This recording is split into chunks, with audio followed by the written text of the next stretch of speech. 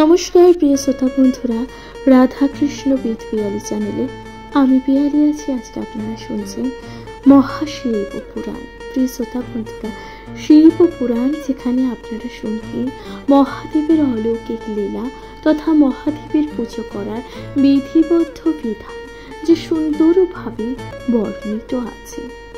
প্রিয় শ্রোতা বন্ধুরা, শিব পুরাণ যা ব্যক্তির ব্যক্তিত্ব তথা ব্যক্তির চেতনাকে জাগ্রত করে তথা ব্যক্তি যখন দুঃখ দুর্দশার সাগরে একেবারে নিমজ্জিত থাকে, প্রিয় শ্রোতা বন্ধুরা, সে ব্যক্তিকে, সেই মানুষকে সেই বিপদ তথা দুঃখ থেকে উন্মোচিত করার জন্য এই মহাশিব পুরাণ আপনি নিজে শুনুন এবং আপনার কাছের মানুষ তথা প্রিয়জন সকলের সাথে ভাগ করে নিতে একদমই ভুলে যাবেন না। আজকের আলোচ্য বিষয়বস্তু অর্থাৎ আপনারা শুনবেন শিব পুরাণ। শিব পুরাণের পঞ্চম সংহিতা বায়বীয় সংহিতা।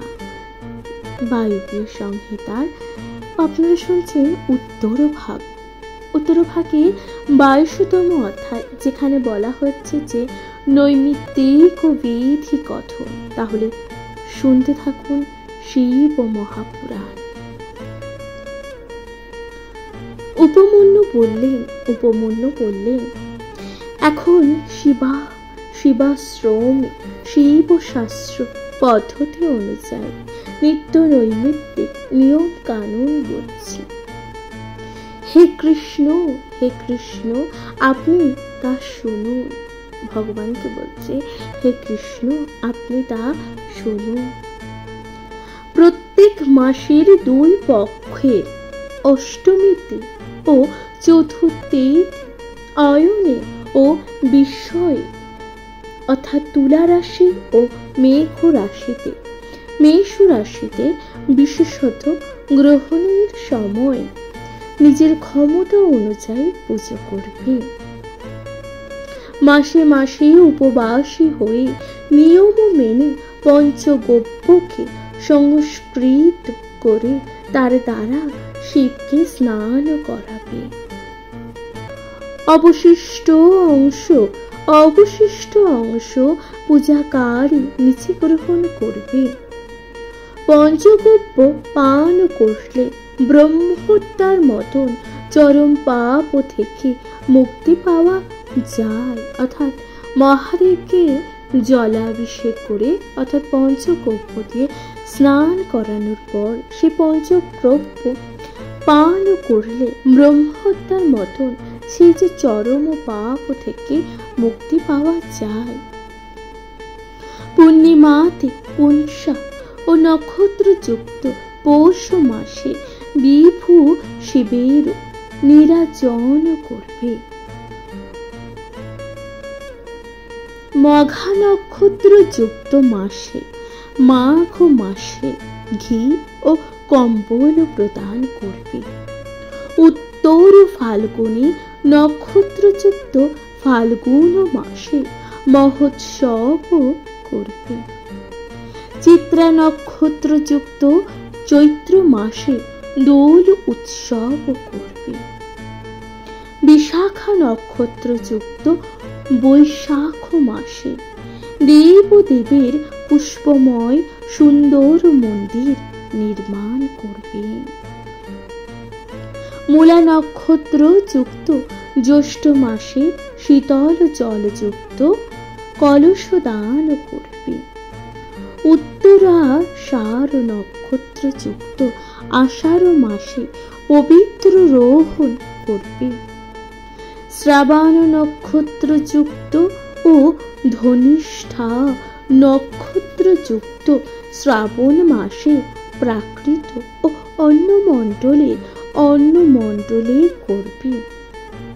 পৃষ্ঠ প্রদান নক্ষত্র যুক্ত ভাদ্র মাসে প্রক্ষণ বিভেদ।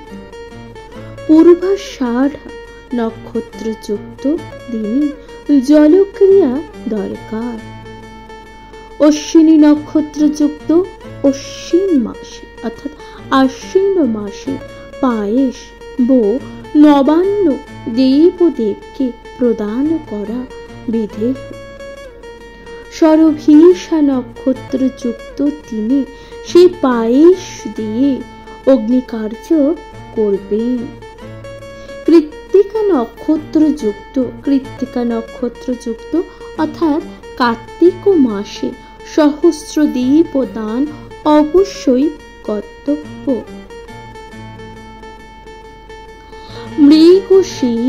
মৃগশিরা নক্ষত্রযুক্ত অগ্রহায়ণ মাসে এবং আদ্রা নক্ষত্রযুক্ত দিনে ঘি দ্বারা দেবদেবকে স্নান করাবেন। এই সকল কাজে সক্ষম না হলে প্রতি মাসের সেই সব দিন কেবল উৎসবই করবে। পূজার কাছে কোনো রকম বিঘ্ন ঘটতে পারে, সেই সকল ক্ষেত্রে নিয়ম মেনে পুরুষচরণ পূর্বক স্নান করবে। তারপর পূজা, জপ, ধ্যান, হোম, দান। শিবাগ্নি যদি কোনো কারণে নষ্ট হয় তাহলে পুনরায় অগ্নি সংযোগের ব্যবস্থা করা উচিত। যে ব্যক্তি নিত্য নৈমিত্তিক দেবদেবের পূজায় অনুষ্ঠান করে সে শ্রীকণ্ঠনাথের আত্ম দিব্যস্থানে স্থান পেয়ে থাকে। সেই শিবধামে শতকোটি কল্প ধরে মহাসুখ ভোগ করে। এরপর সেই ব্যক্তি বিষ্ণু লোকে, ব্রহ্মলোকে এবং পরে রুদ্রলোকে গমন করে। সেখানে দীর্ঘকাল সুখ ভোগ করে পরে ঊর্ধ্বলোকে পঞ্চস্থান অতিক্রম করে শ্রীকণ্ঠের কাছে জ্ঞান লাভ করে শিবপুরে গমন করে থাকে। যে ব্যক্তি এই পুজো অনুষ্ঠান অর্ধেক করে থাকে সে ব্যক্তি 2 জন্ম প্রত্যাবর্তন করে জ্ঞান লাভ করে শিব সাযুজ্য লাভ করে থাকে। যে ব্যক্তি তার অর্ধেকের অর্ধাংশ অনুষ্ঠান পালন করে সেই ব্যক্তি শরীর ত্যাগের পর ব্রহ্মাণ্ড পর্যন্ত ভ্রমণ করে থাকে। তারপর সে শিবের রৌদ্রস্থান লাভ করে। তাহলে সে শিবের সেই যে রৌদ্রস্থান লাভ করে সে 1000 বছর বহু সুখ ভোগ করে থাকে। তারপর পুণ্য ক্ষয় হলে পৃথিবীতে কোনো মহৎ কুলে জন্ম নেয়। সেই জন্মে সেই ব্যক্তি অত্যন্ত দ্যুতিশালী হয়ে আগের সংস্কার বসে পশু ধর্ম ত্যাগ করে শিব ধর্মে রত হয়। পরে সেই ধর্মের প্রভাবে শিবকে ধ্যান করে শিবপুরে গমন করতে সক্ষম হয়। সেখানে নানান সুখ ভোগ করে থাকে। তারপর বিদ্যেশ্বর পথ লাভ করে বিদ্যেশ্বর গণের সঙ্গে বহু সুখ ভোগ করে থাকে। ব্রহ্মাণ্ডের ভিতর ও বাইরে একবার মাত্র প্রত্যাবর্তন করে শিব জ্ঞান ও পরম ভক্তি লাভ করে শিব ধর্ম লাভ করে। আর কখনো তাকে পৃথিবীতে ফিরে আসতে হয় না। যে ব্যক্তি বিষয়াসক্ত ব্যক্তির মতন শিবাসক্ত হয়ে থাকে সেই ব্যক্তি শিব ধর্ম অনুষ্ঠান করুক বা নাই করুক সে অবশ্যই মুক্তি লাভ করে।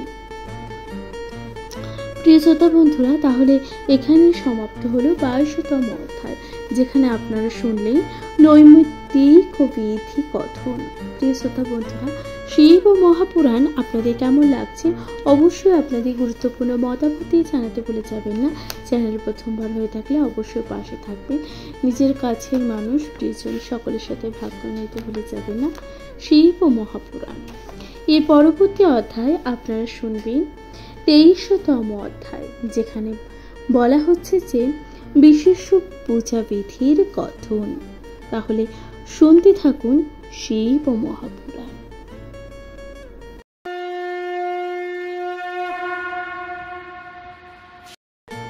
নমস্কার প্রিয় শ্রোতা বন্ধুরা, রাধাকৃষ্ণ পিয়ালি চ্যানেলে আমি পিয়ালি আছি। আজকে আপনারা শুনছেন শিব মহাপুরাণ। শিব মহাপুরাণ আজকের আলোচ্য বিষয়বস্তু পঞ্চম সংহিতা, বায়বীয় সংহিতার উত্তরভাগের 23তম অধ্যায়। আপনারা শুনবেন বিশেষ পূজা বিধির কথন।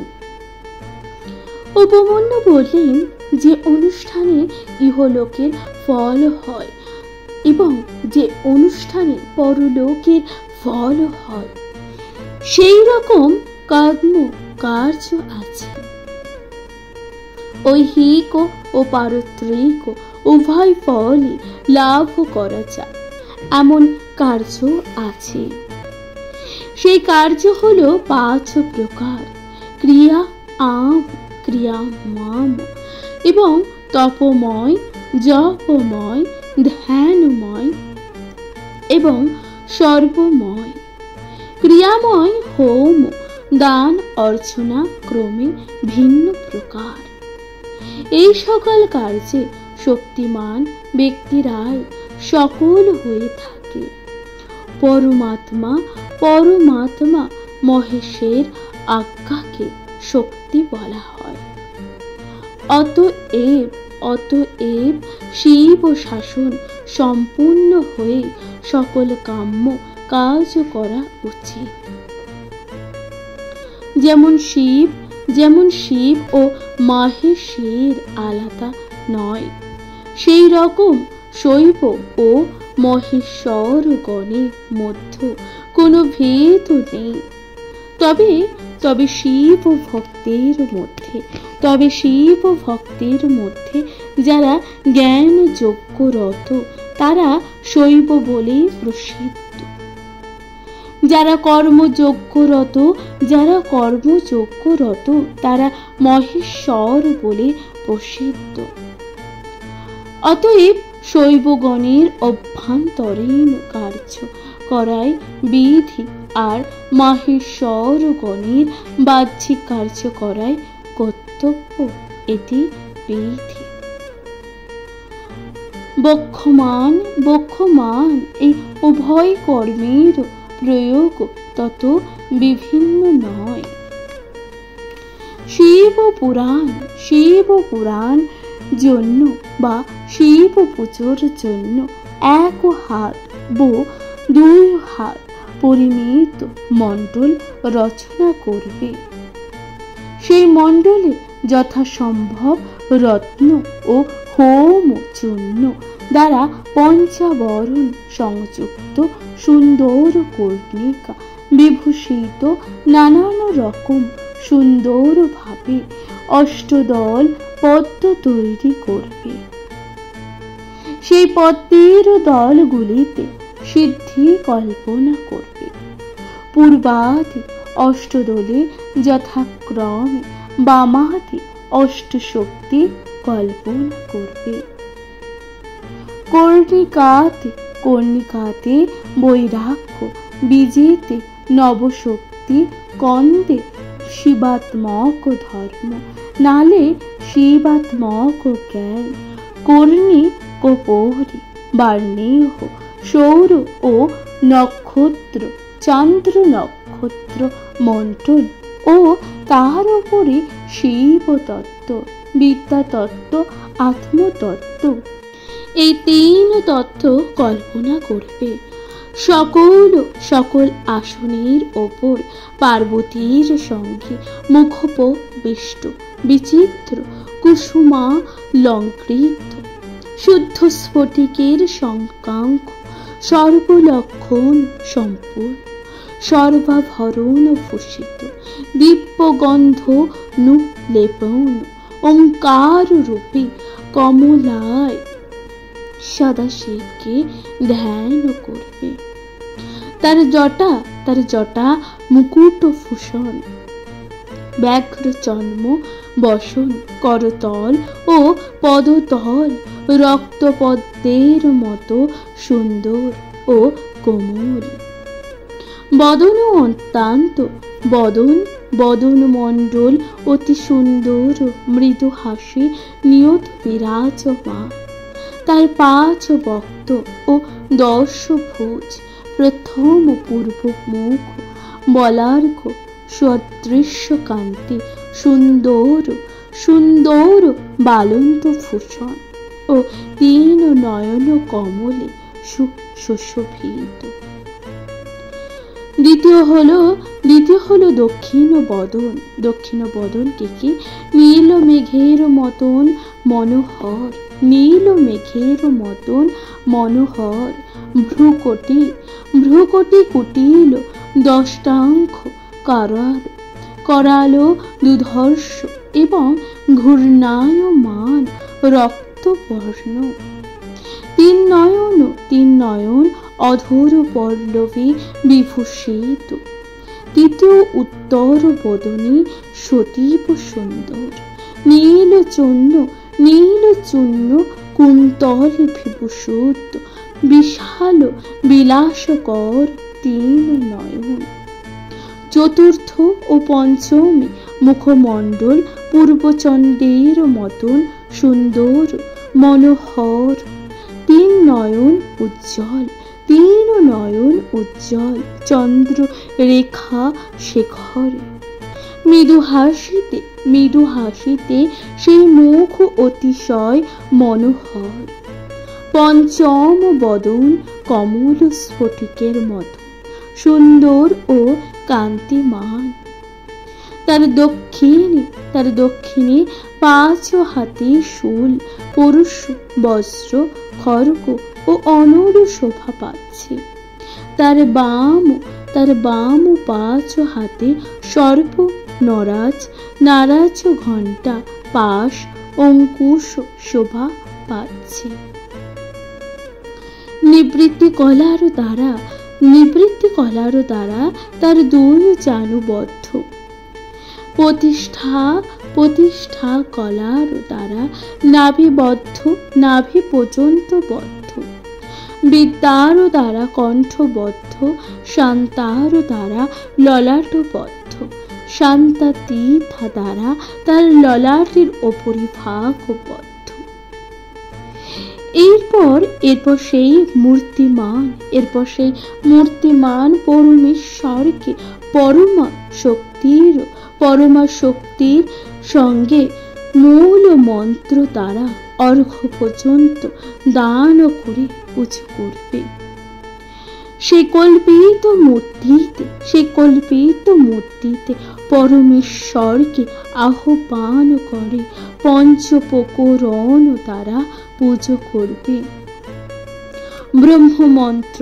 ব্রহ্মমন্ত্র, সরঙ্গ মন্ত্র বা মাতৃকা মন্ত্র, প্রণব মন্ত্র, শিব মন্ত্র এবং শক্তিযুক্ত মন্ত্র, শাস্ত্র মন্ত্র ও অন্যান্য মন্ত্র দ্বারা পরমদেবকে পুজো করবে। অথবা শুধুই শিব মন্ত্র দ্বারা দেবকে পুজো করবে। স্বপন ছাড়া পশ্চাদি মুখবাস পর্যন্ত যথাক্রমে গন্ধাদি দ্বারা পঞ্চাবরণ পুজো শুরু করবে। তার মধ্যে পার্বতী ও পরমেশ্বরের ডান দিকে গণেশ ও বাম দিকে কার্তিকের পুজো করবে। এরপর চারিদিকে যথাক্রমে প্রথম বরণ ঈশানাদি ও শক্তিকে ব্রহ্মমন্ত্রে পুজো করতে হবে। অগ্নিকোণে যথাক্রমে দেব দেবী হৃদয় আদি সরঙ্গের পুজো করবে। পরে পূর্বাদি দিকে যথাক্রমে বামাদি শক্তির সঙ্গে অষ্টবামাদি রুদ্রগণকে পুজো করবে। দ্বিতীয় আবরণে পূর্ব দলে অনন্তকে এবং তার বাম দিকে তার শক্তিকে পুজো করবে। উত্তর দলে এক নেত্রকে পুজো করবে। ঈশান দলে এক রুদ্র ও তার শক্তিকে পুজো করবে। অগ্নিদলে ত্রিমূর্তি ও তার শক্তিকে পুজো করবে। নৈষধ দলে শ্রীকণ্ঠ ও তার বাম পাশে তার শক্তিকে পুজো করবে।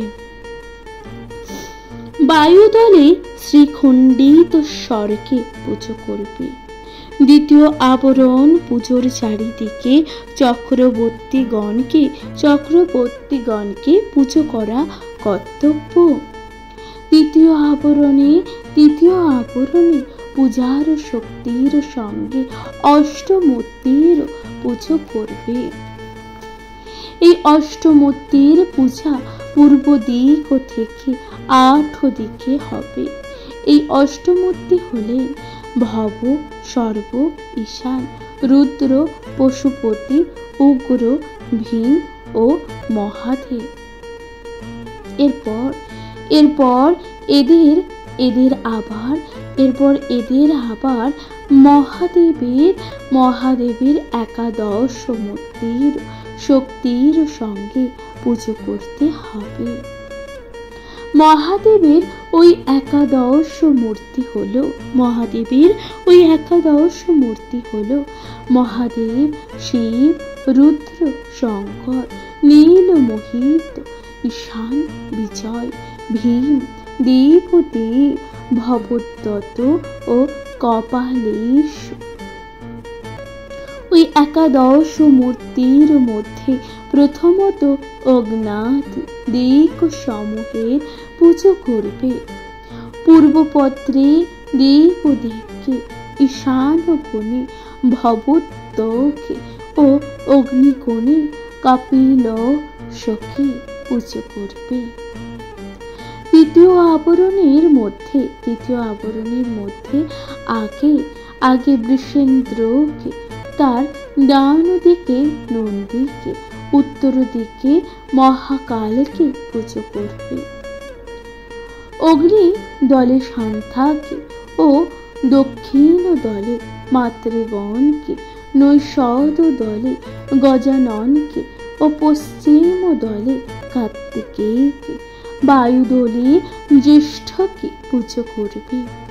উত্তরে গৌরীকে, ঈশান কোণে চণ্ডকে এবং শান্তা এবং নন্দীশ্বরকে, মধ্যে মুনীন্দ্র বৃষভকে পুজো করতে হবে। মহাকালের উত্তরে এই যে পিঙ্গল, মহাকালের উত্তর দিকে যে পিঙ্গল এবং যে বিষ্ণুভদ্রকে পুজো করতে হবে। শান্তা ও মাতৃকার মধ্যে ভৃঙ্গীশ্বরকে, মাতৃকা ও গণেশের মধ্যে বীরভদ্রকে, গণপতি ও শরণনের মধ্যে দেবী সরস্বতীকে, কার্তিকেয় ও জ্যেষ্ঠার মধ্যে শিবব্রত পূজাপরায়ণ লক্ষ্মীকে, জ্যেষ্ঠা ও গণমাতার মধ্যে মহামতিকে এবং গণাত্মা ও চণ্ডের মধ্যে দেবী দুর্গাকে পুজো করতে হবে। তৃতীয় আবরণে পূজার সশক্তিক রুদ্র প্রমুখ ভূত প্রভৃতি শিবাণু, চর, এবং সমূহের পুজো করবে। দেবীর সখীদের ধ্যান করে সমাহিত মনে পুজো করবে। এইভাবে তৃতীয় আবরণের পুজো হলে তার বাইরে চতুর্থ আবরণের পুজো হবে। চতুর্থ আবরণে পূর্ব দলে ভানুর পুজো হবে, দক্ষিণ দলে ব্রহ্মাকে, পশ্চিম দলে রুদ্রকে এবং উত্তর দলে বিষ্ণুকে পুজো হবে। এই চার দেবতাকে আলাদা আলাদা আবরণে ও তাদের সরঙ্গকে দীপ্তাদি শক্তির সঙ্গে পুজো করবে। দীপ্তাদি শক্তি হলেন দীপ্তা, সূক্ষ্মা, জয়া, ভদ্রা ও বিভূতি, বিমলা, অঘয়া ও বিদ্যুতা। এরা পূর্ব দিক থেকে অষ্টাদি ক্রমে অবস্থিত।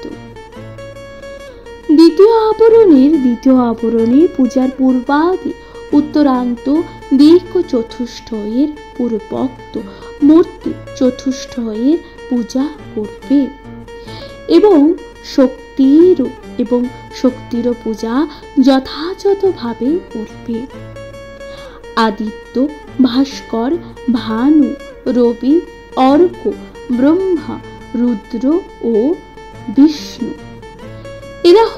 এরা হলেন সূর্যের শক্তি। এরা হলেন তাহলে কি? সূর্যের শক্তি। পূর্ব দিকে বিস্তারকে, দক্ষিণ দিকে সুতারকে, পশ্চিম দিকে বোধনীকে, উত্তর দিকে অপ্যায়নীকে এবং ঐশানাদি কোণে উষা, প্রভা, প্রজ্ঞা, সন্ধ্যা এদেরকে পুজো করবে। এই পূজা দ্বিতীয় আবরণে হবে। এই পুজো তাহলে কবে হবে? দ্বিতীয় আবরণে হবে। সোম, মঙ্গল, বুধ, বৃহস্পতি, শুক্র, শনি, রাহু ও কেতু পুজো হবে এবং দ্বিতীয় আবরণে পূজার দ্বাদশ আদিত্যর পুজো হবে। তৃতীয় আবরণে দ্বাদশ রাশির পুজো হবে। এর বাইরে চারিদিকে সপ্তগণকে পুজো করা হবে। এছাড়া ঋষি, দেব, গন্ধর্ব, অপ্সরা, পর্ণজ্ঞ, গ্রামীণ, যক্ষ, রাক্ষস, হায়গণ, সপ্তছন্দগম এবং বালখিল্য মুনিগণের পুজো করবে। এইভাবে তৃতীয় আবরণের মধ্যে দিকবারণের পুজো করবে। পরে ব্রহ্মাকে আবরণের ত্রয়ের সঙ্গে পুজো করবে। পূর্ব দিকে ব্রহ্মাকে, দক্ষিণে বিরাটকে ও পশ্চিম কালকে এবং উত্তরে পুরুষকে পুজো করবে। প্রথমে হিরণ্যগর্ভ ও ব্রাহ্মণ্য বা ব্রহ্মার পদ্মের মতে কালের স্বভাবত কাল, পুরুষের স্ফটিকের মতো কান্তি কল্পনা করবে।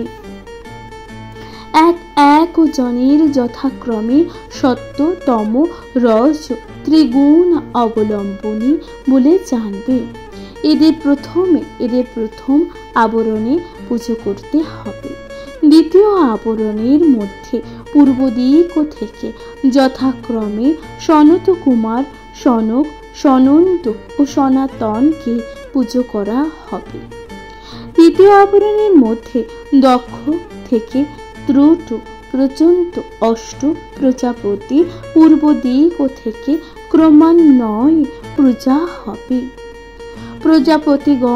প্রজাপতিগণ পশ্চিম দিক থেকে শুরু করে পুজো করবে। সেই প্রজাপতিগণ হলেন দক্ষ, রুচি, ভৃগু, মণ্ডলী, অঙ্গিরা, পুরস্থ, পুরুহু, ত্রুট এবং অত্রি, কশ্যপ ও বশিষ্ঠ। এই প্রজাপতিগণের সঙ্গে তাদের পত্নীরাও পুজো হবে। তারা হলেন কে? প্রসূতি, আকুতি, খ্যাতি, সম্পত্তি, স্মৃতি, প্রীতি, ক্ষমা ও সন্নতি, অনসূয়া, দেবমাতা ও অরুন্ধতী। তাহলে এই যে ঋষি পত্নী অর্থাৎ প্রজাপতিগণ কারা কারা ছিলেন ও তাদের পত্নীদেরও পুজো করতে হবে, এবং তার পত্নীরা কারা কারা ছিলেন তাদের নামও কিন্তু বলা হয়েছে। প্রিয় শ্রোতা বন্ধুরা, আপনারা শুনছেন হচ্ছে 23তম অধ্যায়, যেখানে বলা হচ্ছে বিশেষ পুজোর কথন। তাহলে শুনতে থাকুন শিব মহাপুরাণ। প্রথমে আবরণের চারিদিকে পুজো হবে, দ্বিতীয় আবরণে ইতিহাস ও পুরাণের পুজো হবে, তৃতীয় আবরণের মধ্যে ধর্মশাস্ত্র, তৃতীয় আবরণের মধ্যে ধর্মশাস্ত্র ও অন্যান্য নিখিল বৈদিক বিদ্যা ও প্রভৃতির চারিদিকে পুজো হবে। দক্ষিণ দিকে আবরণ ত্রয় যুক্ত ব্রহ্মাকে পুজো করে পশ্চিম দিকে সব রণ রুদ্রের পুজো হবে। রুদ্রের পঞ্চ ব্রহ্ম এবং সরঙ্গ প্রমথা বরণ ও দ্বিতীয় আবরণের বিদ্বেষরময় জানবে। এক্ষেত্রে তৃতীয় আবরণের কিছুটা পার্থক্য আছে, তা হলো চারিদিকে যথাক্রমে মূর্তি ও চতুষ্টয়ের পুজো হবে। পূর্ব দিকে ত্রিগুণাময় কলাযুক্ত শিবকে, দক্ষিণ দিকে রজগুণময় স্রষ্টাভব ব্রহ্মাকে, পশ্চিম দিকে তমগুণময় সংহারকর্তা ও হরকে এবং উত্তর সত্যময় সুখকর্তা বিশ্বপতি বিষ্ণুকে পুজো করবে। এইভাবে শম্ভুর পশ্চিম দিকে ষড়বিংশক শিবকে, উত্তরে বৈকুণ্ঠকে, পূর্বে বাসুদেবকে পুজো করবে। এটি হলো প্রথম আবরণের বিধি। অনিরুদ্ধকে দক্ষিণে, প্রদ্যুম্নকে পশ্চিমে, সংকর্ষণকে উত্তরে পুজো করবে, কিংবা পশ্চিমে সংকর্ষণকে ও উত্তরে প্রদ্যুম্নকে পুজো করবে। এটিও প্রথম আবরণের পুজো। দ্বিতীয় আবরণে যাদের পুজো হবে তারা হলেন মৎস্য, কূর্ম, বরাহ, নরসিংহ, বামন, তিন রাম, কৃষ্ণ, অশ্বমুখ প্রভৃতি। তৃতীয় আবরণের মধ্যে পূর্ব দিকে চক্রের ও দক্ষিণে অভ্যর্থ নারায়ণাক্ষ অস্ত্রের, পশ্চিম দিকে পাঞ্চজন্যের, উত্তরে শঙ্খচাপের পুজো হবে। তিন আবরণ যুক্ত বিষ্ণু নামক হরিকে, মহাবিষ্ণুকে ও সদা বিষ্ণুকে পুজো করতে হবে। এইভাবে বিষ্ণুর চতুর্ভুজ মূর্ত ও চতুষ্ঠকে পুজো করে তার শক্তি চতুষ্ঠের পুজো করতে হবে। অগ্নিকোণে প্রভাকে, নৈঋত্য কোণে সরস্বতীকে, বায়ুকোণে গণাশ্রী গণ অম্বিকাকে ও ঈশান কোণে লক্ষ্মীর পুজো করবে। এরপরে ভানু প্রভৃতি মূর্তি ও তাদের শক্তির পুজো হবে। এগুলো তৃতীয় আবরণের পূজা হবে। এরা হলেন ইন্দ্র, অগ্নি, যম, নিবৃত্ত ও বরুণ, বায়ু, কুবের ও ঈশান। এইভাবে চতুর্থ আবরণের পুজো করে বাইরে মহেশের আয়ুধগণের পুজো করা হবে। ঈশান কোণে শ্রীমান ত্রিশূলের পুজো হবে। পূর্ব দিকে বজ্রের, অগ্নিকোণে পরশু বা পরশুর, দক্ষিণে শায়কের, নৈঋষে সরঙ্গের, পশ্চিমে পাশের, বায়ুকোণে অঙ্কুশের ও উত্তর দিকে পিনাকের পুজো হবে। এরপর পশ্চিম মুখে রৌদ্র ক্ষেত্রপালকে পুজো হবে। পশ্চিম আবরণে পূজা করা হবে ও বাইরে কিংবা সর্বাবরণ ও বহির্ভাগের বা পশ্চিম আবরণে পুজো করবে। পশ্চিম আবরণের মধ্যে সামনে মাতৃগণের সঙ্গে মহক্ষের পুজো করবে। তারপর চারিদিকে সকল দেবচরীগণ, ঋষিগণ, খেচরগণ, সিদ্ধগণ, দৈত্যগণ, যক্ষ, রাক্ষসগণ, অনন্ত নাগ সহ সকল নাগ, নদী, গিরি, সমুদ্র, কানন, সরোবর, বৃক্ষ, পশু, পাখি, কীট, পতঙ্গ, মানুষ, মৃগ, অন্ত ব্রহ্মাণ্ড, বহির্ব্রহ্মাণ্ড, ব্রহ্মাণ্ড কোটি, অর্থাৎ জানা অজানা যত কিছুই আসে সবারই পুজো হবে। তাদের দেব ও দেবীর পাশে ধ্যান করবে। এইভাবে চিন্তা করতে হবে যে তারা সবাই গীতাঞ্জলি পড়ে আনন্দের সঙ্গে দাঁড়িয়ে সকল কিছু নিরীক্ষণ করছেন। সকল বিঘ্ন নাশের জন্য এইভাবে আবরণ পূজা করে পুনরায় দেব ও দেবের পুজো করবে। পঞ্চাক্ষর মন্ত্র উচ্চারণ করতে হবে। এরপর দেব ও দেবীর উদ্দেশ্যে অমৃত সমান উত্তল সকল খাদ্যদ্রব্যের শুদ্ধ মহাচরু নিবেদন করবেন। এই চরু 32 আঢক পরিমিত হলে মুখ্য কল্প, আঢক থেকে কম পরিমাণ হলেও তা অধম কল্প বলে বিবেচিত হয়। তবে সামর্থ্য অনুযায়ী যা ভক্তি ভরে নিবেদিত করতে হবে তা হলে অধম কল্প বলে বিবেচিত হয় না। তবে সামর্থ্য অনুযায়ী ভক্তি ভরে তা নিবেদন করতে হবে। এরপর পানীয় ও উপকরণ সহ তাম্বুল নিবেদন করে নীরাজনাদি করে পুজো করে শেষ করতে হবে। যজ্ঞের উপযুক্ত সব দ্রব্য নিয়েই সাধনা করবে। ফলে ধন সম্পদ থাকলে কখনো তা কার্পণ্য করার সুযোগও থাকবে না। শঠ উপেক্ষেয় ব্যক্তির সব কাজ নির্বিঘ্নে ঘটলে কখনো সেই যজ্ঞ সফল হয় না। ফলে যদি সিদ্ধি লাভের বাসনা মনে থাকে তবে অত্যন্ত ভক্তি ও শ্রদ্ধা ভরে সকল কর্ম অনুষ্ঠান করতে হবে। এটি হলো নিয়ম। এইভাবে পূজা ও সমাপন করে দেব ও দেবীকে ভক্তি ভরে প্রণাম করে সমাহিত চিত্তে স্তব পাঠ করতে হবে। স্তব পাঠের পর পঞ্চাক্ষর বিদ্যা জপ করবে। বিদ্যা পূজা ও গুরু পূজা করে পরে যথোচিত দেব প্রদানে শ্রদ্ধা ভরে সদস্যগণের পুজো করবে। এরপর সকল আবরণের সঙ্গে দেবকে বিসর্জন করে গুরুকে যজ্ঞের উপকরণ সঙ্গে মণ্ডল নিবেদন করবেন। কিংবা ওই সকল পূজার দ্রব্য কোনো শিব ভক্তকে দান করতে পারেন, অথবা শিব বক্ষে শিব উদ্দেশ্যে নিবেদন করবেন। নিয়ম মেনে আবরণ দেবতার পূজা শেষ করে শিবাগ্নিতে হোম করবে। সকল দ্রব্য আচার অনুষ্ঠান মেনেই এই কাজ করতে হবে। ত্রিলোকের এটি সর্বশ্রেষ্ঠ যোগ বলে বলা হয়ে থাকে। নিজের কৃত কর্মফল মহাদেবকে সমর্পণ করবেন।